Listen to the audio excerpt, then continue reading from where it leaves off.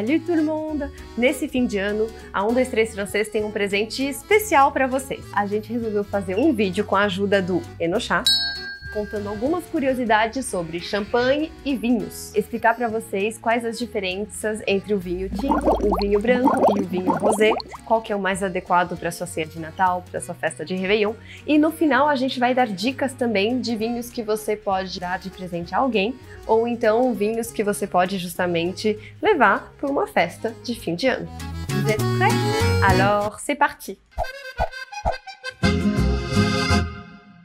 A primeira coisa que você precisa saber é qual a diferença entre vinho branco, champanhe, prosecco, espumante. Afinal de contas, é uma dúvida super legítima, não é mesmo? Então, champanhe é, na verdade, exclusivo da França, na verdade, da região de Champagne, na França. E tem uma história muito engraçada que conta como que fizeram a primeira garrafa de champanhe. A primeira garrafa de champanhe foi feita porque o Dom Pérignon acabou deixando um vinho branco muito tempo e aí ele acabou fazendo uma segunda fermentação por conta do açúcar. E isso criou as bolhas do vinho, as bolhas do champanhe. Ele viu que tinha deixado isso acontecer e resolveu experimentar o champanhe, né, aquele vinho com bolhas, e percebeu que o gosto era absolutamente maravilhoso, que tinha um gosto delicioso. E foi assim que nasceu o champanhe. Foi, na verdade, um erro, né, no começo da história. Inclusive, um dos problemas que os produtores de champanhe tiveram que resolver era como fazer garrafas, né, que não explodissem. E parece que até houve morte, né? As pessoas morreram por conta da pressão do champanhe quando abriam garrafas de champanhe. Hoje em dia isso não acontece mais, tá, gente? Vocês não precisam se preocupar com isso, né? Mas na época acontecia, era bem perigoso. A segunda coisa que você realmente precisa saber sobre champanhe é que champanhe é um produto exclusivo da França. Então lembra que no começo eu falei que é da região de Champagne, na França? Então, se o vinho não vem daquela região de Champagne na França, não é champanhe. Não é para falar, eu trouxe um champanhe. Não é. Na verdade, isso é até proibido por lei. Claro que você que fala isso numa festa, olha, eu trouxe um champanhe e na verdade é um prosecco, você não vai ser processado. Mas existem produtores que são sim processados quando eles rotulam a garrafa que não é champanhe de Champagne, da França, e que nomeiam isso assim, tá? Então é um assunto até que bastante sério. Aliás, cada lugar do mundo, na verdade, tem um nome específico para falar desse vinho com bolhas, né? Desse vinho branco com bolhas. Então, por exemplo, na Espanha, a gente chama de cava. E na Espanha também, se o vinho não foi produzido na Espanha, você não pode dizer que é cava, né? Então também pode dar um processo. Mesma coisa com o prosecco italiano, né? Prosecco, é só da Itália. E na verdade, desses espumantes que são produzidos em outras regiões do mundo, parece que o que mais se iguala ao champanhe em termos de gosto é o Franciacorta, que também é um vinho, um champanhe italiano, digamos assim, né? É uma espécie de espumante italiano muito bom, realmente, que chega quase ao mesmo nível que um champanhe, então isso vale a pena saber. Nos Estados Unidos, que também tem uma tradição boa em espumantes, se diz sparkling wine, né? Sparkling wine se usa também, por exemplo, na Alemanha, na África do Sul, em países, né, que usam a língua inglesa, tá? Então, champanhe é exclusivo da França, prosecco é da Itália, Franciacorta, que também é um espumante delicioso, é da Itália, e cava é da Espanha. Sparkling wine é normalmente dos Estados Unidos, mas outros países anglófonos usam esse termo para falar de espumante. Agora, Thaís, o que a gente quer saber mesmo é dicas de champanhe barato. Não tem. Não existe champanhe barato, não tem isso. Na verdade, até tem, eles são muito ruins. Então, na verdade, o que você tem que fazer é preferível você comprar um espumante nacional, porque, acredite ou não, existem espumantes nacionais muito bons produzidos aqui no Brasil, com um preço mais acessível do que o champanhe importado ou até o prosecco importado, e que são muito mais gostosos, tá? Então, o champanhe é caro mesmo, não tem jeito.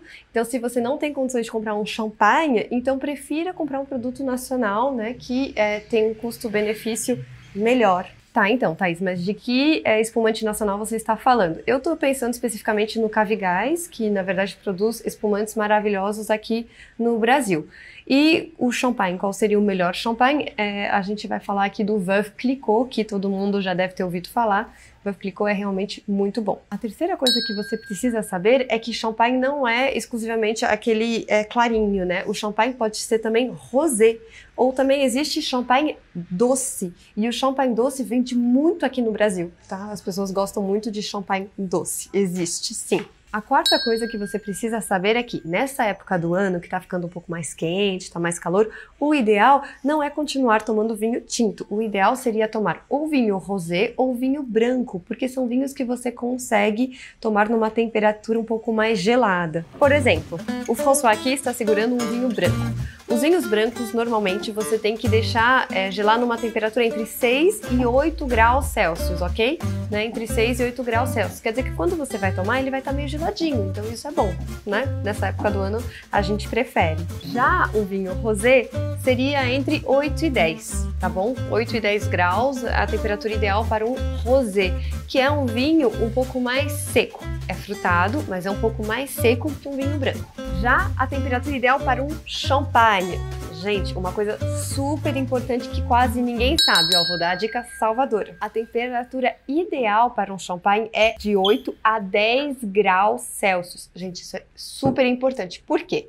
Porque se você gela um champanhe abaixo de 6 graus, abaixo de 5, ele perde totalmente as propriedades dele. Ou seja, a diferença entre um champanhe super bom, tipo esse Veuve Clicquot, e um espumante qualquer, não tem nenhuma diferença. Se você gela o champanhe abaixo de 5, 6 graus, ele perde a qualidade dele. Então você gastou R$300 numa garrafa de champanhe que no fim das contas vai ter o mesmo gosto que um espumante. Mas, para quem gosta de vinho tinto, claro que é uma boa opção levar para a ceia de Natal. Por quê? Porque na ceia de Natal, a comida que normalmente é carne, né? Então tem a carne do peru, por exemplo, ela combina muito com o Pinot Noir, que é um vinho tinto. Então aqui a gente tem um exemplo de vinho maravilhoso, é o Corton Français, é um Grand Cru, e ele inclusive um dos vinhos que a rainha da Inglaterra bebe, então é um vinho super especial. Falando ainda de vinho tinto, uma outra opção é este Mário Gás, que é um vinho sul-americano, né? E ele não é um Pinot Noir, é uma mistura de Carmenère com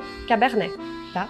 E também tem um custo-benefício muito bom, é um vinho maravilhoso. Agora, digamos que você quer fazer uma festa, né? Você quer dar uma festa nesse final de ano e você quer, como a gente deu a dica, né, dizendo que o vinho rosé e o vinho branco são os mais adequados nessa época do ano, você quer fazer uma festa com vinho rosé e vinho branco. Então, quais são os vinhos que você vai usar?